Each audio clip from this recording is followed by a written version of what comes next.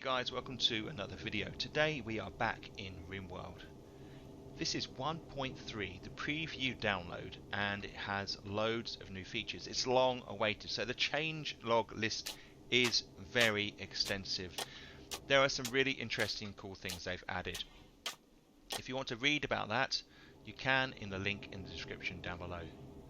What I thought I'd do in this video is pick out 10 changes, my 10 interesting picks for Rimworld 1.3.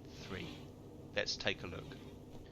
One thing before we do, these aren't necessarily the most impacting changes. They're just things that have stood out to me and will affect how I personally play the game, and the ones I think that are kind of cool, maybe even quirky. So let's have a look. Number 1, they've introduced a new pen system to the game. This is all about managing your animals. You can see actually I've got some broken pens over here. But what you do is you lay down this fencing, which you can see here. But in your basic structures menu, there's fencing there and a fence gate to give your little men access. Even though they will actually climb over the fence anyway, it just slows them down. And in this fence, in this pen area, you place down a marker. You can see that marker there. And then that gives you control over the area, so you can manage it a bit more carefully. So you can auto cut plants that are found in this section. Your little men will come and do that. You can designate, you can see how much food and how much consumption the animals have and what animals to put into these particular pens. There is the same problem you get previously, in the sense that animals will starve because they don't necessarily have access to plants within the area. So you can grow food and crops inside or supply it by leaving it in little stockpile zones. Number 2. So they have added in a little interesting detail to the wound systems. They've called it added visual wound and prosthetic overlays on pawns. And for me, this is a really handy thing. You can see Hamilton up here. He has some plasters put across his little character at the top. That's because he's been injured and he's been fairly bloody. So you also see the blood, you see the bandages, and you will also see the prosthetic limbs and attachments that they have. And even animals have this here. You can see the alpaca here has been injured. He's got bandages on his little body. It's a visual reference, which when a game is pretty complex, like Rimworld is, it's handy to be reminded. Number 3. Now, although there are no raiders in sight here, there is something to note. They do not now attack passive creatures. Okay, raiders no longer actively attack passive animals. So my alpaca, for example, would have been shot in the previous version. Now they just leave them alone, and it's a bit of a relief really, because sometimes you forget to herd your animals into a particular zone when you're being attacked. So for me, that is a very handy little fact. Number 4. Now we've all been there. Suddenly there's a whole bunch of toxic fallout going on. Animals are falling over left, right and centre. And you kind of think, right, everything's going to die now. When's it going to die? How's it going to die? Well, they've changed one aspect which I think is going to be very helpful, especially with the new pen system and the emphasis on farming animals. There is a reduced toxic fallout build-up by 50% in herbivores, which means that a lot of these animals are going to last longer. And if they're outside in their pens and we've got toxic fallout, you know, we can herd them inside, yes, but there'll be less damage to these creatures. And in fact, in the world, maybe animals will last a little bit longer.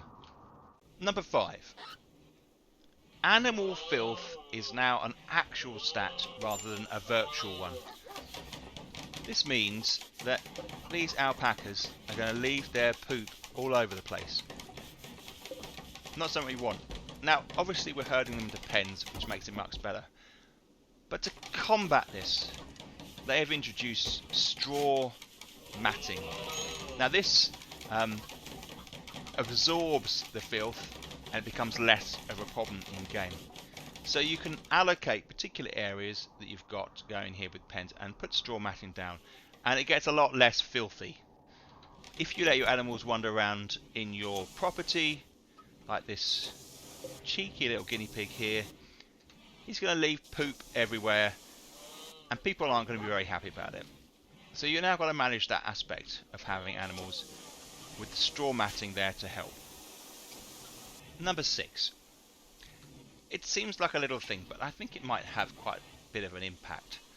Pawns can now pick up medicine and put it into their inventory. So when we go to this guy, Andrew here is picking up some medicine. If we look at his inventory now, you can see he's got herbal medicine in there. Now, this has actually quite an effect. So if, for example, you've got a raid coming, you can equip your pawns with medicine. So they're much quicker to actually helping someone or healing somebody, rather than having to walk all the way to the medical supply and then all the way back to your man in his hospital bed, which can make all the difference. So that, I think, is a subtle but very kind of affecting change to the game. Number 7. I've got a little prison here, and it has one exit. The update reads, prisoner escape chances is multiplied by the number of exits prisoner has. So if you've got more exits, which has got a fire going over here, if you have one exit, there's less chance of that prisoner trying to escape. Now, that's not to say it won't actually happen, because already it has happened once, but I think if you have more exits, you're going to be having more prisoners escape. So reduce the number of exits to your prison, and you will probably find that there are less escapees. Number 8. So I had to think about this one, and then I kind of thought it probably does have an effect, and it will definitely be something I keep an eye out for. So when a shuttle comes, sometimes they're destroyed, or you destroy them, and they will leave a pile of steel.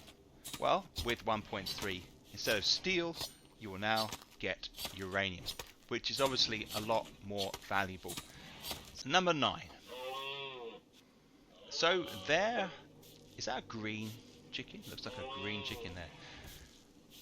There are new animal flaps in game. So initially this kind of confused me, which is part of the reason why I put it in here.